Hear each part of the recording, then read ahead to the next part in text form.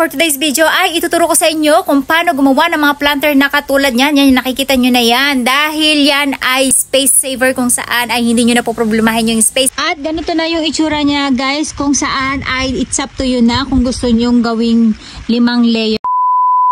Guys, ang unang kakailanganin natin ay itong planter stand kung saan ay nabili lang din natin sa Daiso. Dito ang kailangan lang natin ay itong ating tie wrap. Ito naman yung pinatatali dun sa mga kuryente para hindi kalat-kalat. At kapag bibili kayo guys ng ganito ay make it sure yung maluwag na yung kanyang bunganga para maipapasok nyo yung paso once na napagdugtong natin siya. So ang gagawin lang natin, tatanggalin lang natin tong ating label. Imagine niyo guys, piso lang to, diba? Ang laki ng tipid natin kasi napaka-social niya na, napakaganda pa at hindi to basta-basta guys nabubulok. Pagka nasa labas yan ng bahay kahit na 10 years guys, aabutin yung etong inyong bakal ay still buong buo pa din. Talagang napakaganda ng quality niya. Talagang pag sinabing Daiso at Seria ay quality control talaga, dumadaan sila. So ito yung ating tie wrap na maliit. Ang gagawin lang natin ay ita-tie wrap muna natin siya dito sa kanyang dugtungan. Kung makikita nyo. Bili sana tayo na mas marami. Ang problema ay hindi tayo nakakita ng stock.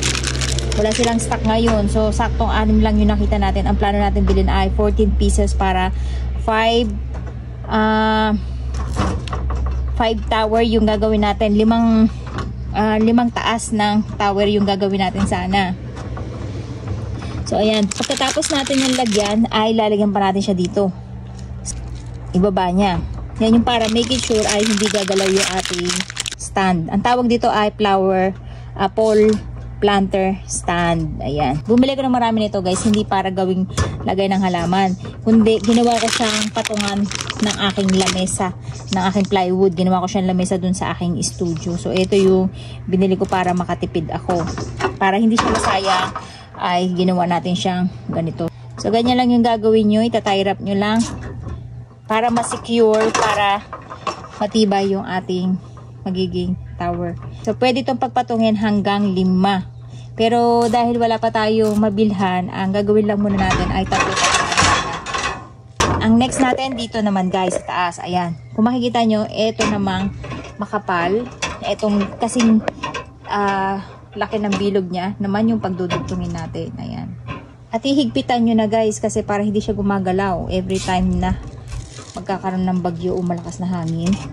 Para maging stable yung galaw nila. Bago tayo maglagay ng lupa guys ay maglalagay muna tayo ng mga tuyong dahon. Ayan. Meron na tayong 2 tower. Kaya pwede tayong umabot ng hanggat 4 na tower. So magdudugtong pa tayo ng 2 piraso neto dito para isa pa dito at isa pang halaman dito. Kaya pwede tayong makapag-produce ng 5. Ito dyan sa ibabaw. And then itong isa natin ay dito sa ilalim.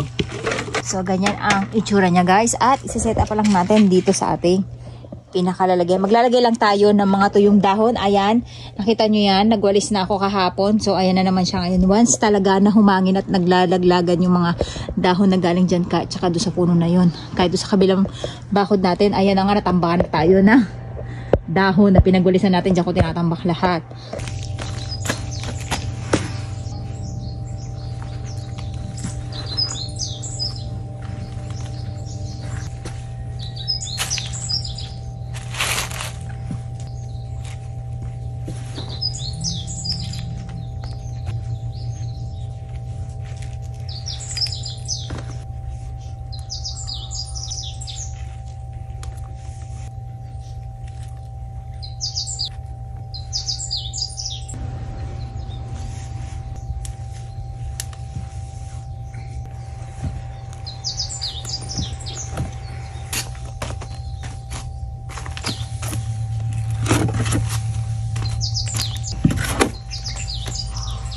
Ito na guys yung ating strawberry kung saan ay yung mga nasa hollow block natin ay hinugot natin dahil kinakain sila ng mga insekto. So para hindi masayang yung ating mga bunga ng strawberry, ayan na nga, nakita nyo puro kagat at ang dami kong tinanggal dyan ng mga kinain na ng mga namula. para hindi siya masayang dahil nakalapag nga siya sa hollow blocks at nagagasgasan sila, at para hindi sila masayang, ayan guys, nilagay natin siya sa mga paso.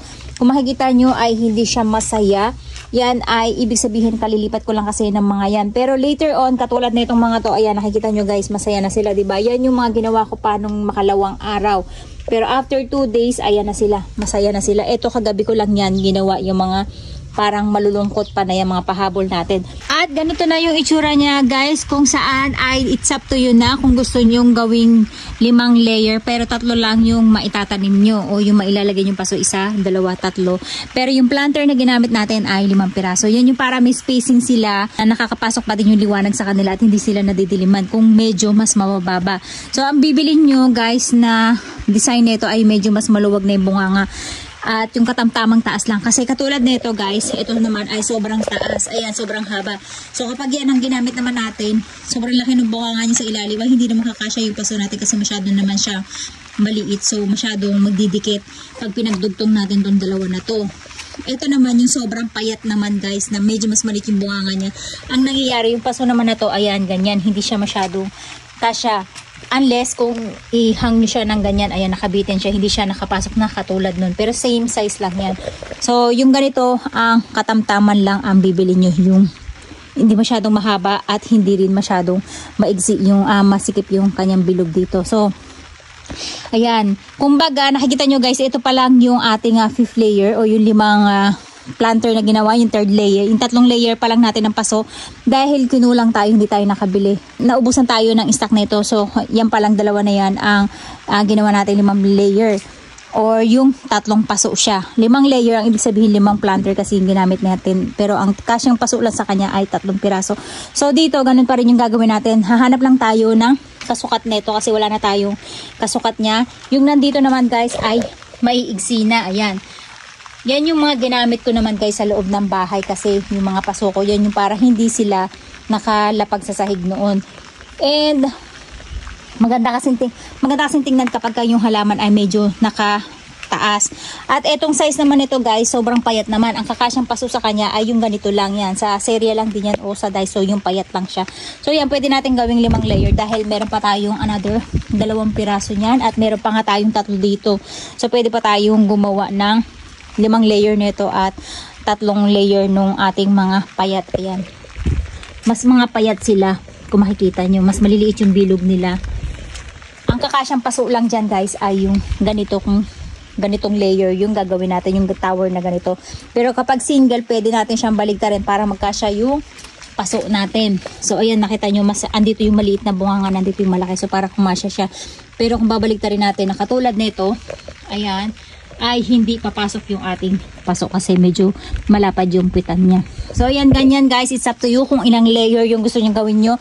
Pero para hindi siya delikado sa hangin, the best ay yung ganitong height lang siya na kung saan ay 5 planter lang yung ginamit natin. Pero meron na kayong 3 paso na maitatanim. Ayan. So, tipid kayo sa space.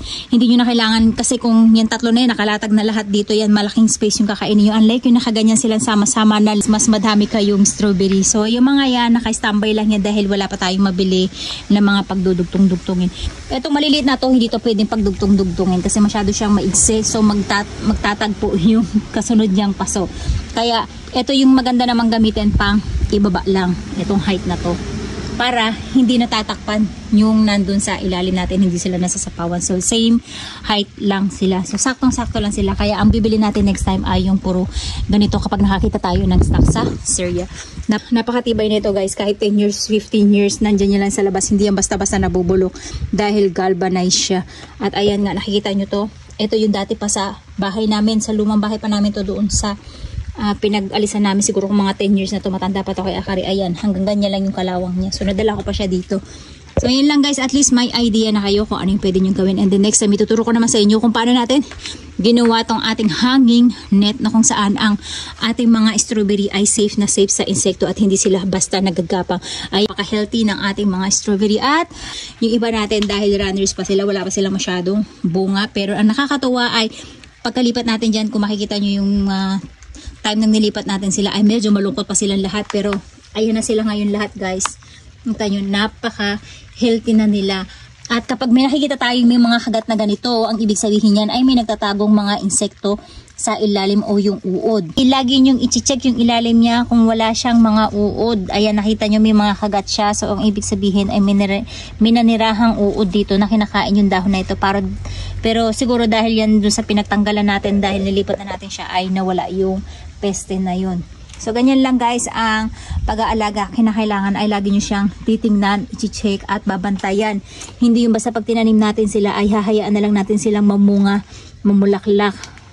At mag-i-expect kayo bigla ng masarap na strawberry. Nako, wag pong ganun. Kailangan ay i-check nyo sila kung wala silang mga insekto. Ganun din yung kanilang mga nutrients kung kulang na ba.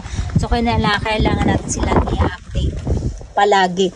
At ayan yung ating isang strawberry na ang pangit ng shape niya dahil kinuha ko lang siya guys dun sa ating hollow block. So nilipat natin siya dito, tinanggalan ko siya ng maliliit na bulaklak and then nagtira lang ako ng 2 piraso. Kinakailangan muna natin silang palakihin bago tayo mag-expect ng masasarap na mga bunga. Dahil kapag nauna natin silang pinabunga at hindi pa sila naglalakihan, ang mangyayari sa mga strawberry natin ay hindi lalaki yung mga magiging bunga nila. So, kailangan palakihin muna natin sila. Pagka namunga na sila, namulaklak na sila, yun yung magiging masarap ang ating magiging bunga dahil matured na yung ating mga strawberry katulad nito. At makikita nyo na mataba ang inyong magiging strawberry o malaki kapag mataba na yung kanilang stem na katulad nito.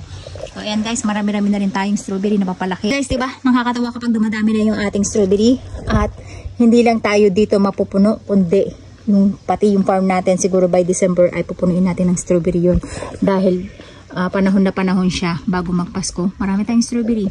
So ayan guys, marami tayong abangan na mga new runners from them. That's it guys!